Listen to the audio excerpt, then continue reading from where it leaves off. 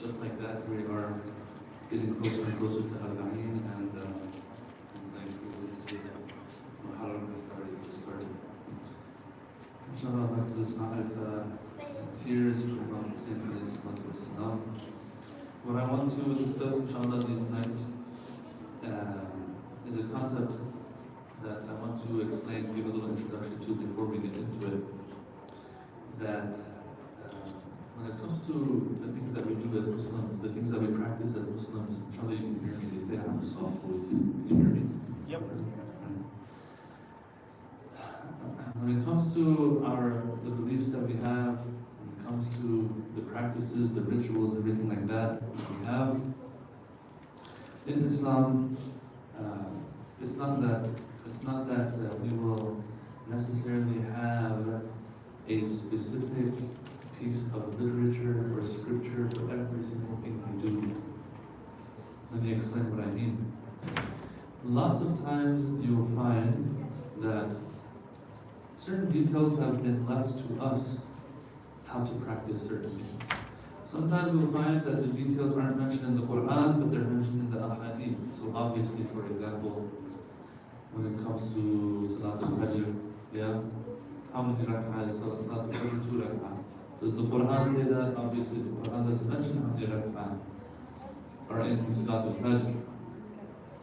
But we all know, everyone knows that Salat al-Fajr is 2 rak'ah. What happened here is that the general concept of Salat is mentioned in the Quran many times, but the details of it you will find elsewhere. Yeah? You will have general guidelines in the Quran, and then you will have more specific guidelines, for example, in the Hadiths, in this case. The same holds for Hajj and these matters, where it will tell us to do Hajj, but it never tells us that we have to circle around the Kaaba 7 times for Tawaf, or go between Safa and Marwa 7 times. It doesn't say anything about that. But the general idea and notion of Hajj is mentioned in the Quran. One of those details that is mentioned is Lillahi ala nas hajjul bayt man istata'a ilayhi sabila. That look, you have to be able to afford it to go. Anyone who can go and can afford it needs to go. It's wajib on them. So we'll have this idea of a general concept being mentioned, and then Allah subhanahu wa ta'ala or Islam has specific details that matter to it, but it's not mentioned in the Quran, it's mentioned elsewhere. Alright, but the Quran did tell us to get these details, you go to Ati'u Allah wa Ati'u Rasul, go to the Rasul for those details. Okay, so now, this is in the case of a general idea being in the Quran and the details that are coming in the Hadith. That's one example. There will also be cases where not only is the general concept mentioned, but the details of it have not been mentioned at all, which shows that Islamically there are no specific details in regards to that general concept that Islam is focused on. It says, no, I want you to uphold this idea, okay? I want you to practice this idea. I'll give you an example in a minute. Practice this idea the way you need to practice it. I'm not going to give you details. For example, the Quran will say that you should وَبِالْوَالِدَيْنِ إِحْسَانًا. I want you to do good to the parents. Okay, oh Allah, the same way you determined how I'm supposed to perform Hajj through your Prophet, have you determined to me how to perform goodness to my parents? No. Here, it's not like the previous example where you have a certain type of ibadah, and then for that ibadah there are details that Islam has to determine for us. The Quran doesn't determine it, but the Hadiths do. No. We don't have that when it comes to Birrul Walidain, for example, Al-Ihsan ila al-Walidain, doing good to parents. It's not like Allah says, I want you to do good only in this way. We don't have that. Ihsan is ihsan. Bir is bir. Bir is righteousness, goodness. Be kind to them, be good to them. Yeah? And so, since Islam hasn't really dictated to us how this has to be done, we are free to do it the way we feel that we need to do it. as long as this is seen as something that's good. So, for example, showing respect. For example, when you get angry, to bottle it up instead of slamming the door. You know, there's this one guy who says he would get angry at his parents and slam the door and say bad things, and someone will tell him, why are you doing this? The Quran says don't say oof to your parents even. He says, yeah, I don't say oof, I do other things. Oof is the minimum, obviously. Yeah, this is something that one can understand through common sense. The least form of disgust, you're not supposed to show it, let alone bigger things, slamming the door and shouting. Anyway, let's not go off topic too much. So sometimes, yeah, Islam will give us the general notion, not because the details are going to be mentioned later. There are no details that specifically matter in the eyes of Islam. Any form of showing respect, showing love, yes, is going to be something that is encouraged Islamically. And so that verse will apply to that act that I do. Back in the day, you would buy your mom and dad a donkey. That was ihsan. Today, that might not be seen as ihsan anymore. You buy them something else, like a Ferrari. Yeah? You see how it's dynamic. The general notion is ihsan.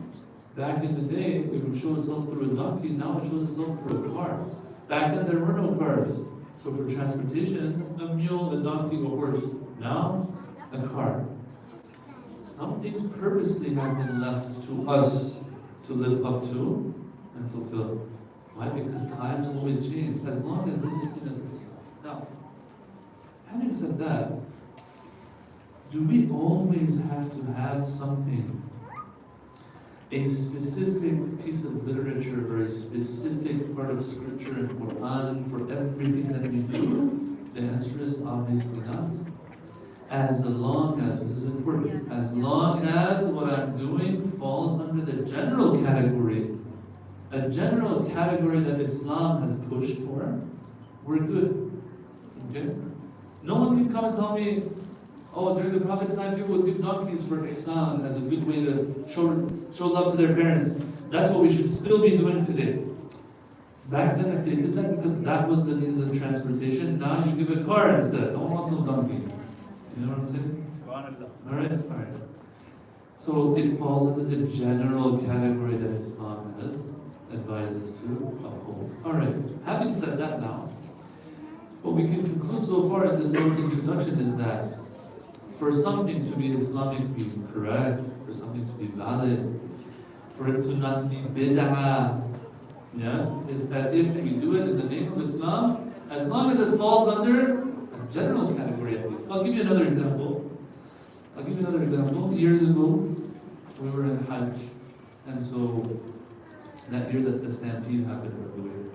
The one time I went to Hajj, that happened. I don't know. Stay away from me, brothers and sisters. Anyway, I bring that moment with me. So, we went to, we wanted to go to the cave of Hira. Where the Prophet was chosen as Prophet, and we all know the story, right? On the way up, we see that they've spray painted on the walls of like homes or stores that were down at the bottom of the mountain. Before going up, you read the Arabic, it says, O Muslims, the Sahaba, they never performed such a deed of going up to visit this cave of the Prophet. Yeah? And so, this is bid'ah. And so, that is more motivation to go now. Because usually if it's a bid'ah for these extreme ones, then it's probably right. But anyway, their problem in this situation is that they're looking for something specific. The Sahaba didn't do it, or the Prophet didn't say to do it, so it's haram to do it. Wait a minute. Do we not have in the Quran that we are supposed to, for example, وَتَعَاوَنُوا عَلَى الْبِرِّ وَالتَّقْوَى, help each other, encourage each other. Whatever environment you can put yourself into to get you closer to taqwa and righteousness and good, do it. I want to go and visit the place I want to see. Okay, forget about the word visit. I want to see the place that my Prophet that he received revelation. And I want to pray 2 rak'ah prayer there. What's wrong with that? But the Prophet, the Sahaba never did this. Yeah, you know why? Because they could see the Prophet himself in Mecca. We don't have that luxury. Anywhere in that, I know my Prophet was and something special happened, yeah, that can promote taqwa in me more. I go and say to myself, wow, this is where the Prophet would come so that he could do Tawheed, so that now in America where I am, yeah, I could practice Tawheed very comfortably.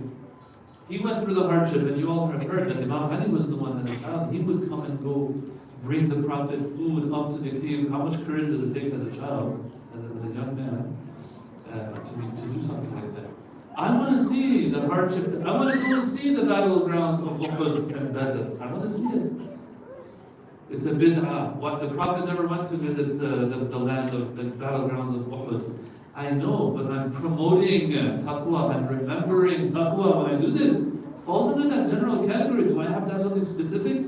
No, unless I come out and say, brothers and sisters, in Islam, specifically, visiting the cave of Hira is something that we have, it's an Islamic ibadah in and of itself. That's a problem there. Otherwise, if I'm doing it not because it's a specific ibadah that I'm attributing to Islam, but I'm saying no, it falls under the general category of promoting taqwa for myself, for others, motivating myself to be a better person because look what the Prophet did for me, etc., etc. What's the problem with that? So that's an example we can kind of relate to, right? Which brings me to the topic that we want to talk about a little bit.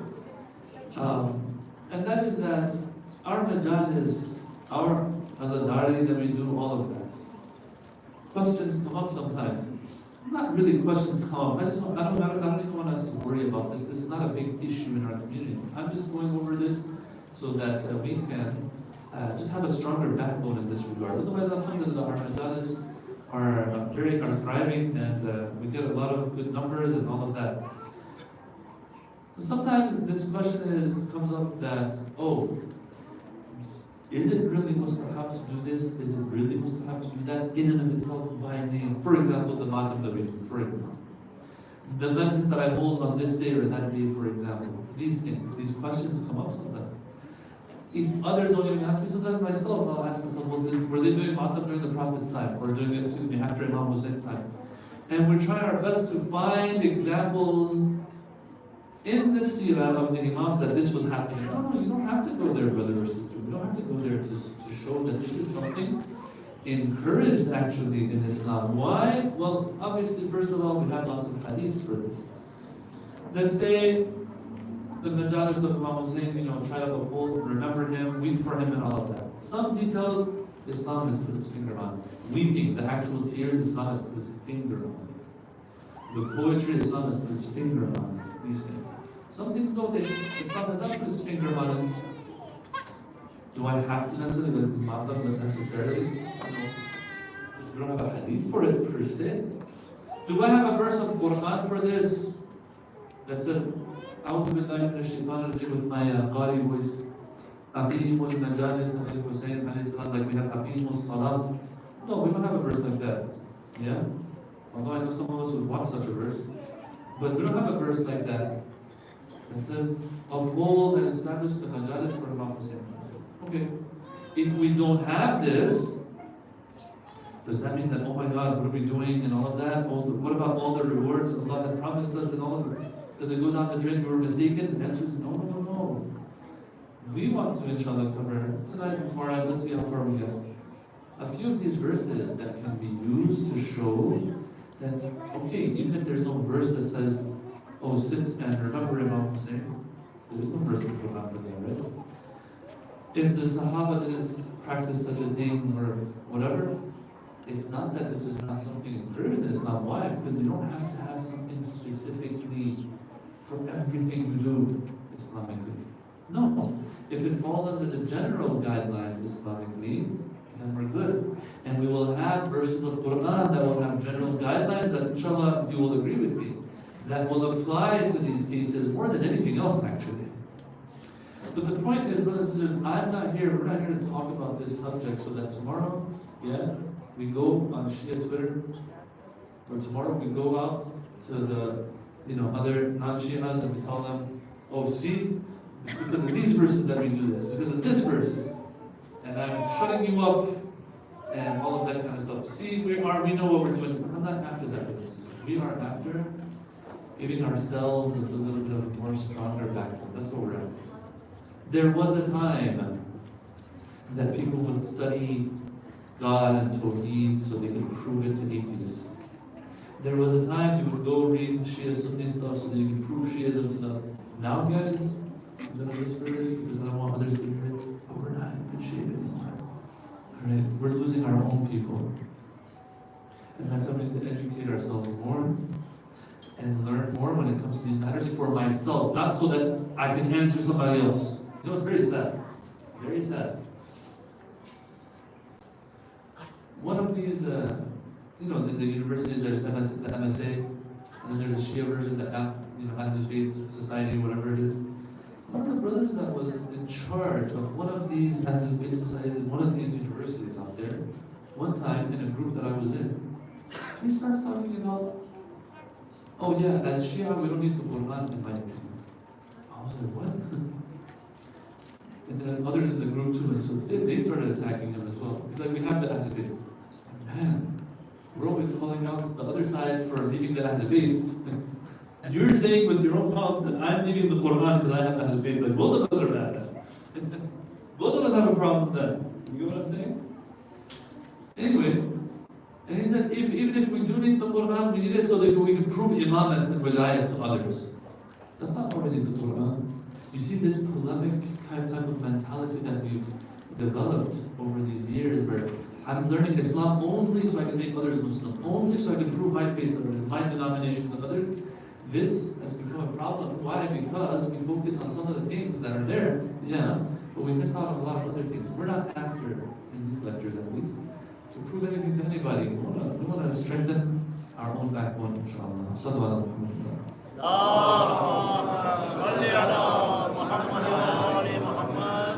So, we are going to look into 3 verses, inshallah. We're not going to get through all of them tonight.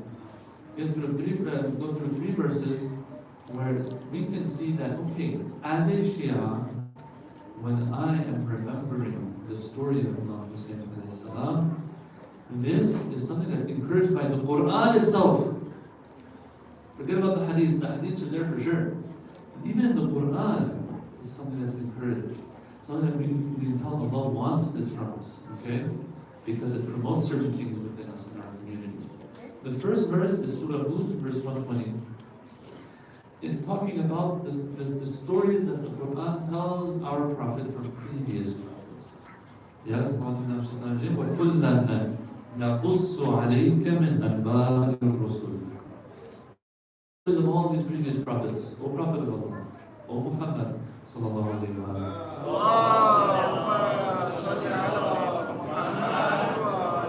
We tell you these stories, كُلًّا نَقُصُّ عَلَيْكَ مِنْ أَنْبَاءِ الرُّسُلِ. We tell you all these stories of previous prophets for 4 reasons. Let's see if we can get through these 4 today, hopefully. Number 1, مَا نُثَبِّتُ بِهِ فُؤَادَكَ. Number 1. In these stories you will find, O Prophet, that which does tathbeet of your heart. Tathbeet means to make something steadfast, something firm, solidifies it, strengthens it. In these stories, O Prophet of Allah, you find something, you will find that which makes you strengthen your heart. Number 1. Number 2, وَجَاءَكَ فِي هَذِهِ الْحَقِّ. And in these stories comes to you haqq. After you hear these stories and we tell you them, you're able to identify haqq from batil. You get an idea of what haqq looks like. You get an idea of what batil looks like. Yes? Number 2. We'll talk about each of these separately. Number 3, وَمَوْعِظَةٌ. In these stories there is maw'idah for you. Shaikh Mutahari has a very nice explanation of what the difference between maw'idah and hikmah is. This verse says maw'idah. Maw'idah, according to him, is more special than just hikmah. And finally, وَذِكْرَى لِلْمُؤْمِنِينَ. It's a reminder for the believers as well. There's a reminder in these stories for the believers. Alright, so 4 reasons why, O Prophet of Allah, we tell you the stories of previous prophets. These 4 things happen as a result. Let's go through these, and then the conclusion we want to see is, and draw is, wow, if this is what matters in Allah's eyes when it comes to telling the stories of the prophets, do we not find the same things where? In the story of Muslims. And so the verses will apply, this verse will apply here. It's a general application, but it's an application nonetheless. Let's talk about this verse, inshallah. It says, مَا نُثَبِّتُ بِهِ فُؤَادَكَ. O Prophet of Allah, when you hear these stories, you become strong in the heart. Strong regarding what? Well, when we tell you the story of Nuh, for example, we all know the story of Nuh. How many years did he call his people according to the Quran? 950. 950 years he calls his people to Tawheed. And in the end, they say only a handful accepted, right? Think about it, if you're a Mulana and you're in like Lady Fatima Center for 950 years, and in the end there's only 4 or 5 people that are coming. They will not extend your contract. Right? Nuh alayhi salam, 950 years. It says that in the end a handful, accepted his call and message. Okay. O Rasulullah, you spent 23 years and it's not easy for you. And in the end, what happened? Us as Shia, we say that the proper message was not fulfilled by his community after he passed away. Saqifa happened and all that stuff. Right?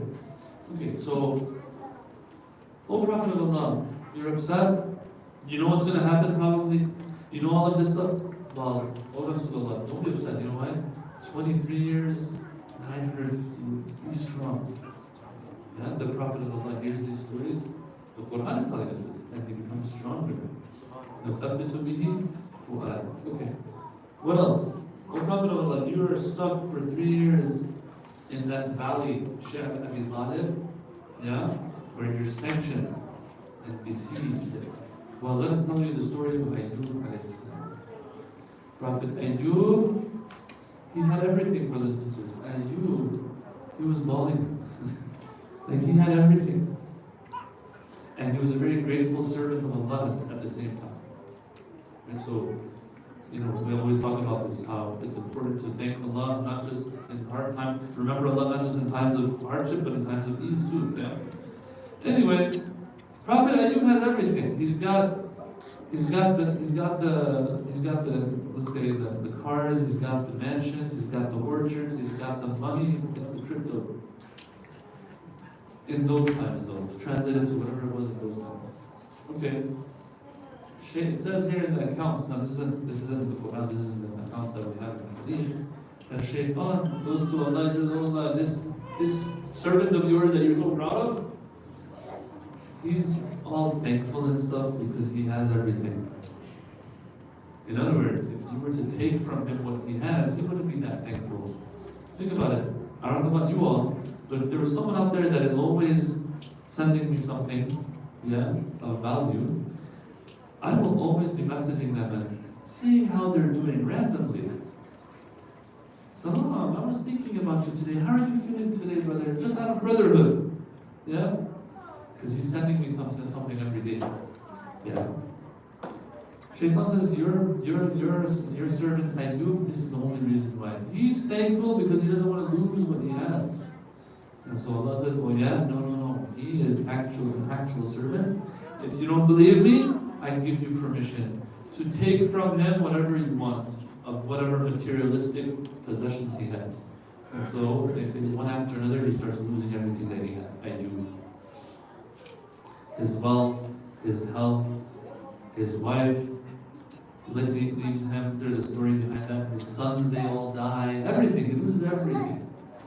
Yeah. And so he's still as thankful as before. And it proves to Shaitan that, look, there are some good servants out there. Unlike you, there are some out there that are thankful to Allah no matter what. Okay, now, O Prophet of Allah, you are in the Shaikh of Abi Talib, they were sanctioned. Think about it, when there's sanctions, like a loaf of bread will cost you $100. They say this is where most, if not all, of Bibi Khadija's wealth was spent because of these things. Alright, he loses everything, and then after that, Abu Talib died, and Khadija died, and all of this. So, O Prophet of Allah, yes, it's hard, but look at Ayyub. What happened to him? He lost everything. So you also be stronger. كُلًّا نَقُصُ عَلَيْكَ مِنْ أَنْبَاءِ الرُّسُلِ مَا نُثَبِّتُ بِهِ فُؤَادَكَ. Ya'qub alayhi salam. Ya'qub, he lost his eyesight. Yes, his hair went white. All of this, he grew old over Yusuf. But did he lose hope? He didn't lose hope. Did he lose hope in the promise of Allah subhanahu wa ta'ala? Right in the beginning of Surah Yusuf, it says, when they were throwing him in the well, there's a verse of the Quran right in the beginning. It says, and we told Yusuf. Now this is pretty cool because Yusuf is a kid then. How did Allah reveal to Yusuf? Was he receiving revelation? What was it? What kind of inspiration was this? What experience did he have? But anyway, the Quran says this, that we وَأَوْحَيْنَا إِلَيْهِ that لَتُنَبِّئَنَّهُمْ بِأَمْرِهِمْ هَذَا وَهُمْ لَا يَشْعُرُونَ. That a day will come, Yusuf, that you are going to tell them the same story, and they won't be aware of what's going on. This promise was given from the beginning to Yusuf. Ya'qub was probably here on it too. Eventually, Ya'qub didn't lose hope. Eventually, what happened? Yusuf returns to, or Ya'qub goes back to Yusuf. So, O Prophet of Allah, they kicked you out of Mecca. You were forced to leave. You lost everything. That was his home. The Prophet ﷺ. That was his home. But he lost everything. He had to leave. He had to migrate. Why? Because his life was in danger. The Quran gives him a promise that your Lord, إِنَّهُ لَرَادُّكَ إِلَى مَعَادٍ, that you will have a return one day to this city. And yes, years later he came back and he conquered it with minimal bloodshed. Yeah. So, O Prophet of Allah, we tell you the story of Ya'qub. Don't lose hope in us. And so the heart becomes strong. Brothers and sisters, if this is one of the reasons for telling the story of previous prophets, and everything about them was taqwa, everything about them was tawheed and obedience and ubudiyya of Allah subhanahu wa ta'ala, then let's get the story of Al-Hussein.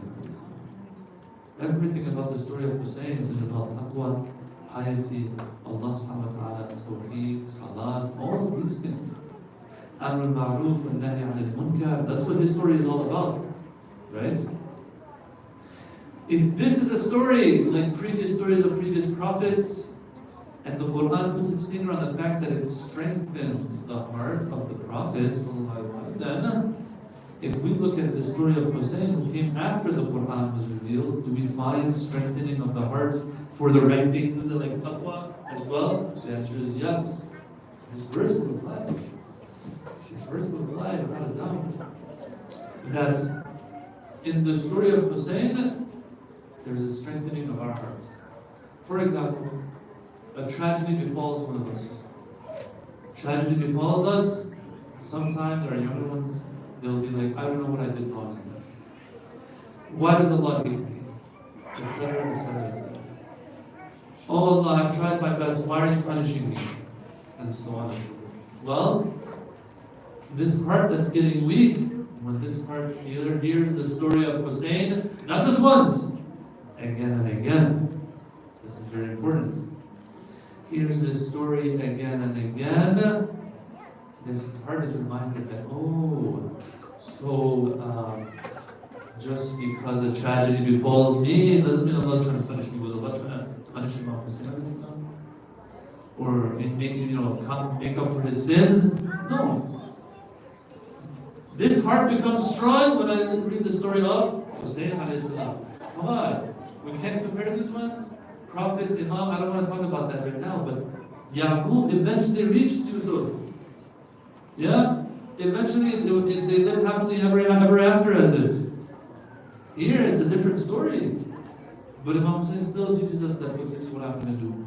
Alright, so there's strength in these things. So look at his courage, look at everything. He taught me that even if my life has to be given to uphold what Allah wants from me, I will do it. Some of us sometimes, especially growing up, these questions will come to our mind.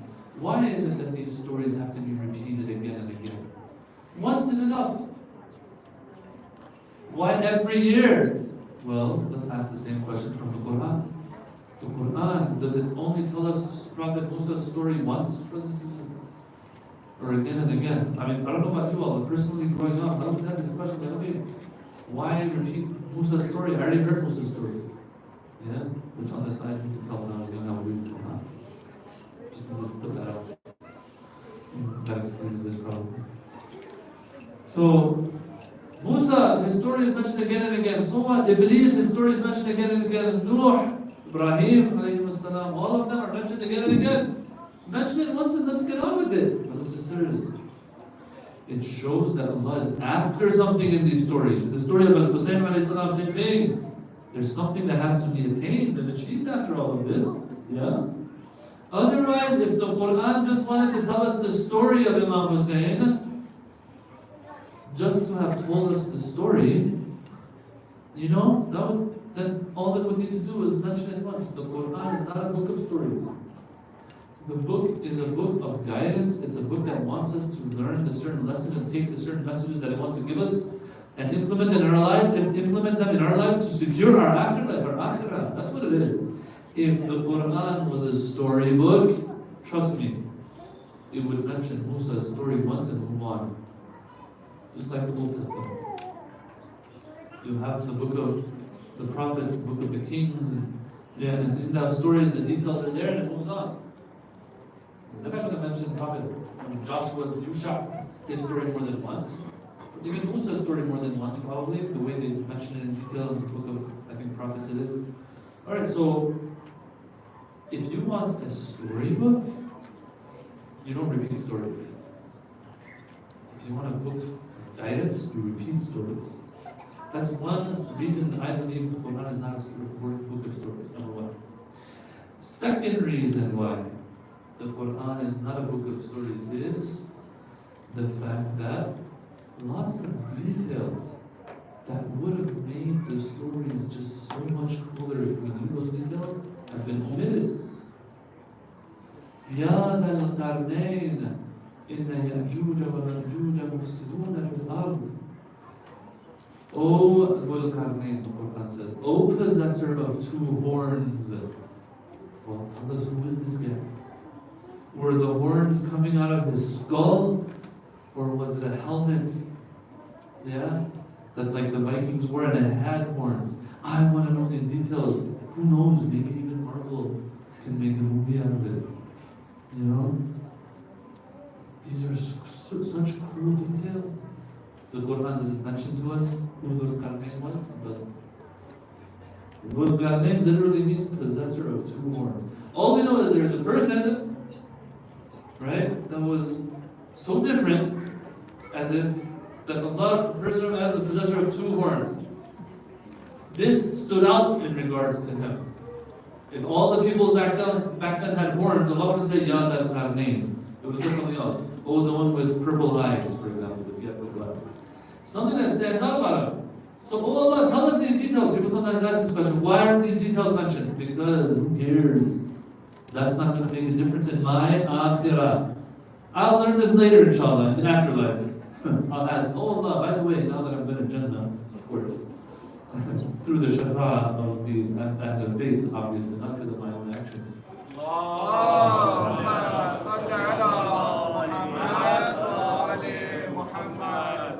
So, on the Day of Judgment, we'll ask about these details if we care about them even. Alright? These details have been omitted. That's just one example I'm giving you. There's a ton of examples of stories, yeah, without details that would have made it such a good storybook if the details were there. But Allah says, look, I don't care about these things. Because that's not what's going to make the difference. These are all expendable. All I care about is the message. So then, instead of talking about how, for example, in the story of Musa, his people are in trouble, Allah lifts a mountain over their heads, it says, the Quran says. And He's about to let this mountain go and crush them, but it doesn't tell us any details of how, what happened after that. All it says is, repent to your Lord. That's all. Instead of giving us these details, which are super cool, and going on verse after verse after verse, laying it all out for us. It has like maybe 1 or 2 verses on that and moves on. And I'm just sitting there, okay, tell me more. This is a miracle. But guess what? It might spend a page or 2 pages on the cow. What's the longest surah what's the longest chapter in your book, oh Muslims? It's the cow. And people will be like, what is this? No, there's a big, big lesson in the story of the cow. Oh Muslims, when you read the story of Bani Israel and them trying to get away from slaughtering the cow and not having submission to Allah and His commands, we're telling you these details. Why? Because these are what matters in securing afterlife and akhirah. Look, Bani Israel didn't have submission. Allah said, hey, slaughter a cow, man. I added the man part, obviously. Right? Slaughter a cow. They're like, oh, we're not sure, like this, like that. It reached the point, because of their lack of submission, Allah says, oh, okay, is that really what matters? The details matter to you? I didn't ask for any details. But if the details matter to you this much, Allah narrowed it down to something that there was only one of them. And the guy who sold the cow, they say he made a lot of money off it. You all know the story, right? Baqarah. No, there's a message. The cow, yes, cow doesn't sound too important. But the Bani Israel story behind it is the most important thing. Guess who else didn't have this submission? Shaitan himself. He got kicked out of Jannah. And Allah repeats his story again. In other words, people, see what destroys your afterlife? Watch out for that. So the book, the Quran, brothers and sisters, is not a book of storytelling. Let's just tell the story so we have told it. No. It's not a book of stories. Why? It will repeat again and again, and certain details will be taken out that don't matter for my akhirah. Here also, in the story of Imam Hussein alayhi salam, Allah subhanahu wa ta'ala, if He repeats stories of prophets for a reason, there is a reason why the story of Hussein is supposed to be repeated. These majalis are held again and again and again. Now, let me open a parenthesis, close it, then we move on to the end of the program. But I just want to say this though. These majalis that we hold, that we're using verses of Quran to say that, okay, Islamically, this is something that even the Quran has something to say in a general sense. If you and I can do, let's say, I don't know how many majalis you guys have in Denver, including the house majlises and all of that, but let's say you're in a city that has 100 majalis, the center majalis, the home majalis, the morning majalis, all of those ones. In 2 months and 8 days, that shows that, okay, I can also work towards learning Islam in the other 10 months of the year as well. Which is learning the history of Islam, learning the Quran, learning ahkam, learning deeper ma'arif that our great ulama have taught. I'm about to make a plug here, but I won't. Yeah? All of these things, we have time to spend on those. Yes, we're talking about the majalis right now. Right? But it doesn't stop there. These majalis, inshallah, are reminding us of and strengthening us so that after the 2 months and 8 days, we're ready to go. We can at least, I can fit 100 classes throughout the 10 months that we have coming up. Yeah? So no one's saying to decrease this. That needs to be taken care of as well, inshallah. So that's the first of the 4. Inshallah, we'll cover the rest in the ensuing nights in regards to this verse. كُلًّا نَقُصُّ عَلَيْكَ مِنْ أَنْبَاءِ الرُّسُلِ مَا نُثَبِّتُ بِهِ فُؤَادَكَ. Number 1, there's a lot more that we need to discuss, inshallah. Sallu ala Muhammad.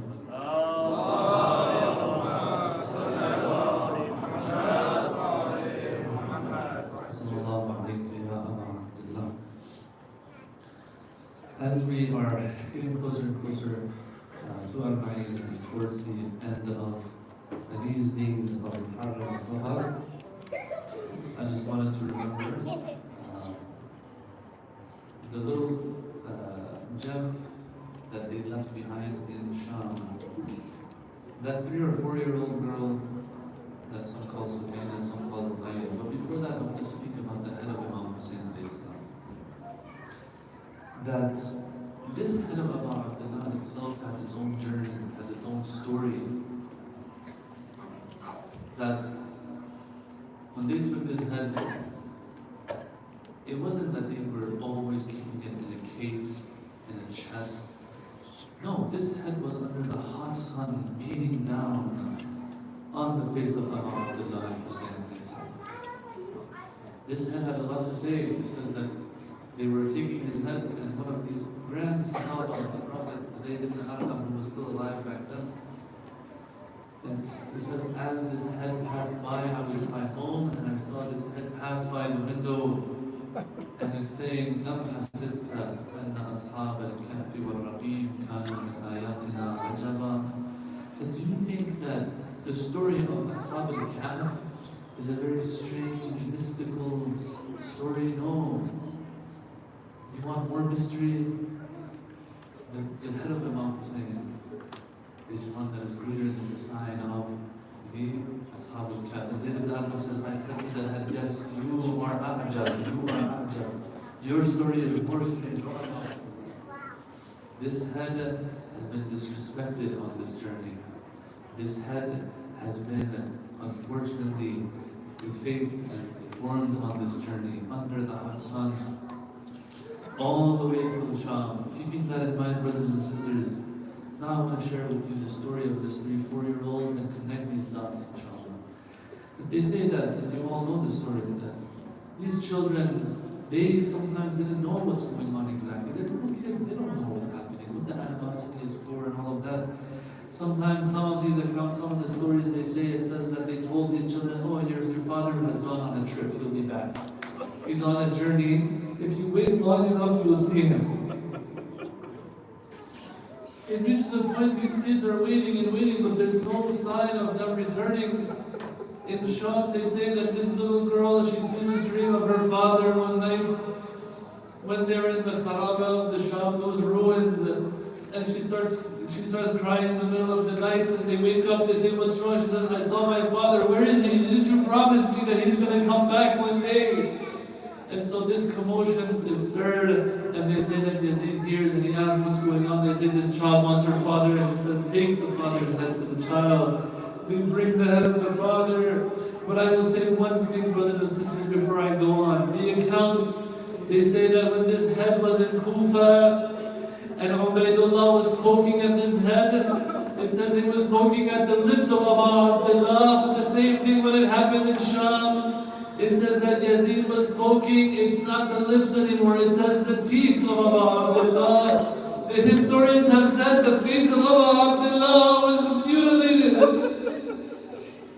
It had been mutilated, it's not the same face anymore.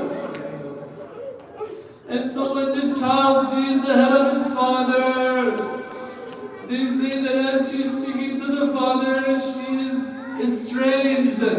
She doesn't know what happened.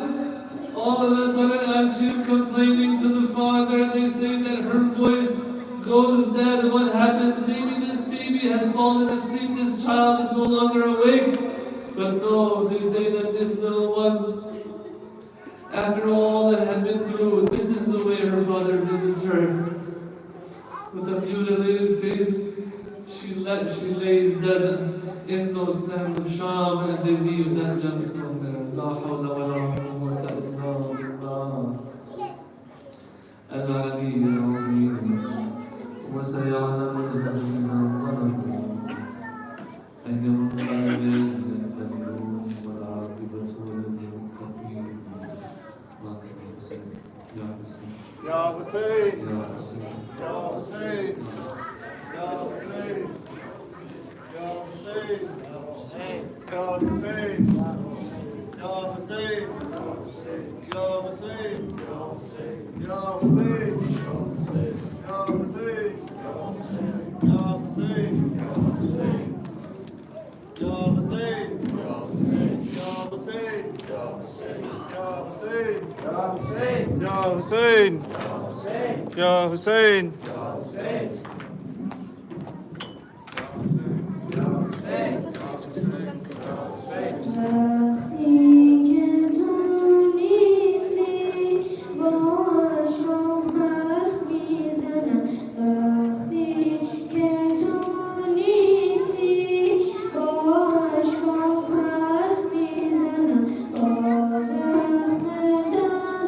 Oh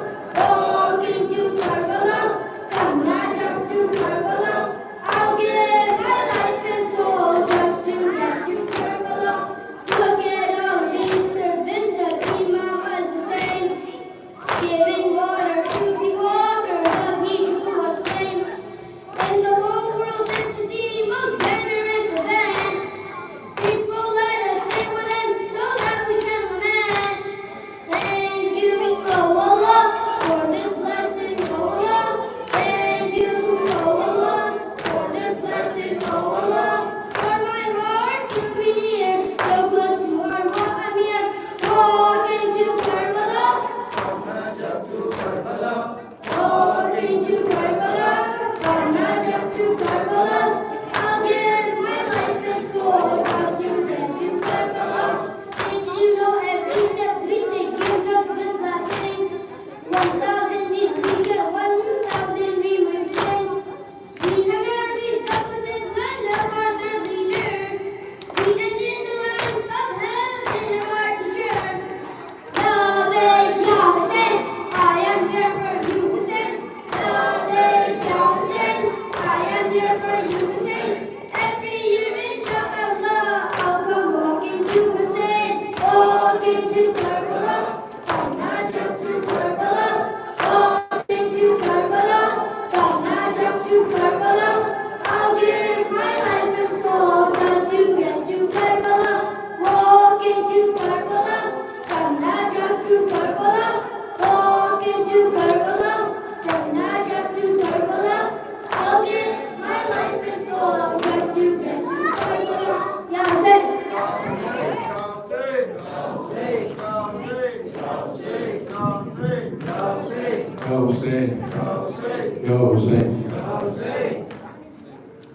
जब मुझे आपके कातिल ने है मारा बाबा, जब मुझे आपके कातिल ने है मारा बाबा, हर तमाचे पे सकीना ने, हर तमाचे पे सकीना ने पुकारा बाबा, जब मुझे आपके कातिल ने है मारा बाबा, जब मुझे आपके कातिल ने है मारा बाबा, जब मुझे आपके कातिल ने है मारा बाबा, मुझे बालों से पकड़ कर है तमाचे मारे, मुझे बालों से पकड़ कर है तमाचे मारे, मैंने सरशिंग से मांगा जो, मैंने सरशिंग से मांगा जो तुम्हारा बाबा, जब मुझे आपके कातिल ने है मारा बाबा, जब मुझे आपके कातिल ने है मारा बाबा, आपके सीने पे रंग से सोने वाली, आपके सीने पे रंग से सोने वाली, सो के अब खाक पे करती है, सो के अब खाक पे करती है गुजारा बाबा, जब मुझे आपके कातिल ने है मारा बाबा, जब मुझे आपके कातिल ने है मारा बाबा, अरे वो जो दुर्गा आपने दोहरे में मुझे बख्शे थे, वो जो दुर्गा आपने दोहरे में मुझे बख्शे थे, उनको बेदर्दी से जालिम ने, उनको बेदर्दी से जालिम ने उतारा बाबा, जब मुझे आपके कातिल ने है मारा बाबा, जब मुझे आपके कातिल ने है मारा बाबा, नौके नेज़ा पे उसे देखूं तो देखूं कैसे, नौके नेज़ा पे उसे देखूं तो देखूं कैसे, मेरा असगर था मुझे जान से, मेरा असगर था मुझे जान से भी प्यारा बाबा, जब मुझे है मारा, जब मुझे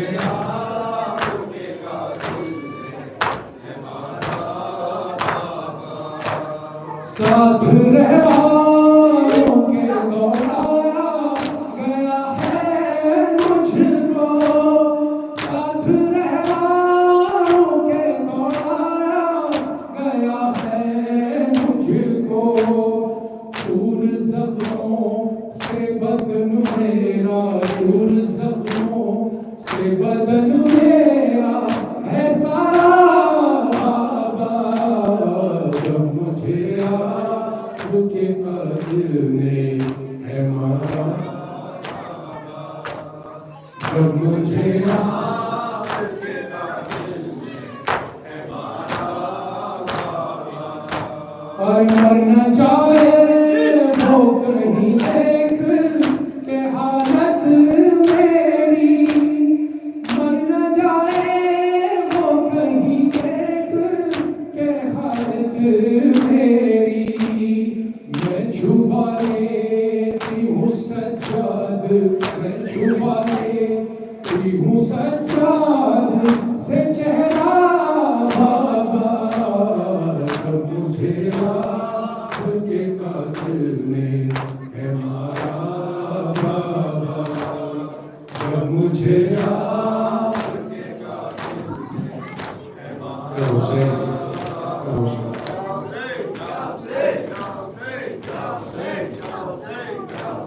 سلام بابایی خوبی چطور حالت، سلام بابایی خوبی چطور حالت، نمیتونم پاشم واسه استقبالت، نمیتونم پاشم واسه استقبالت، من توی آسمون میگشتم دنبال تو ولی اینجایی، باهم کردی شاید باباشون، عجب رویایی، خیلی خوش اومدی صفا آوردی، راستی بگو منو به جا آوردی، منو میشناسی، خودت رو یک لحظه بذار جای من، 3 ساله رو خدا به تقدیر کردم، منو میشناسی، من الذی ایتمنی بابایی، من الذی ایتمنی بابایی، من الذی ایتمنی بابایی، من الذی ایتمنی بابایی، کجاست آغوش دستم، کجا جا مونده، کجاست آغوش دستم، کجا جا مونده، همون دستایی که من تو میخوابونده، تعریف کن تا کجا رفتی، نگفتی دختری هم داری، باید از روی شونش باده زمان داری، میگن تو بابای منی بابایی، میشه با هم حرف بزنی بابایی، بابای خوبم، تو چشمای ناز تو بسته بابا، تو دندون تو رو شکسته بابا، بابای خوبم، من الذی ایتمنی بابایی، من الذی ایتمنی بابایی،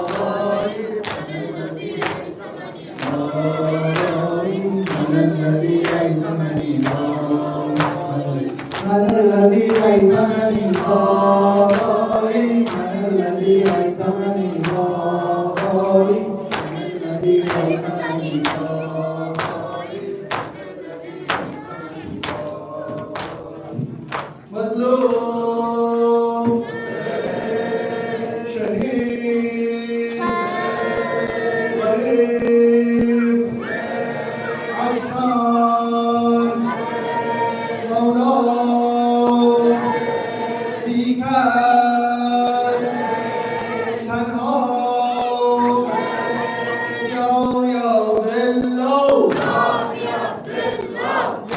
یا بالله یا بالله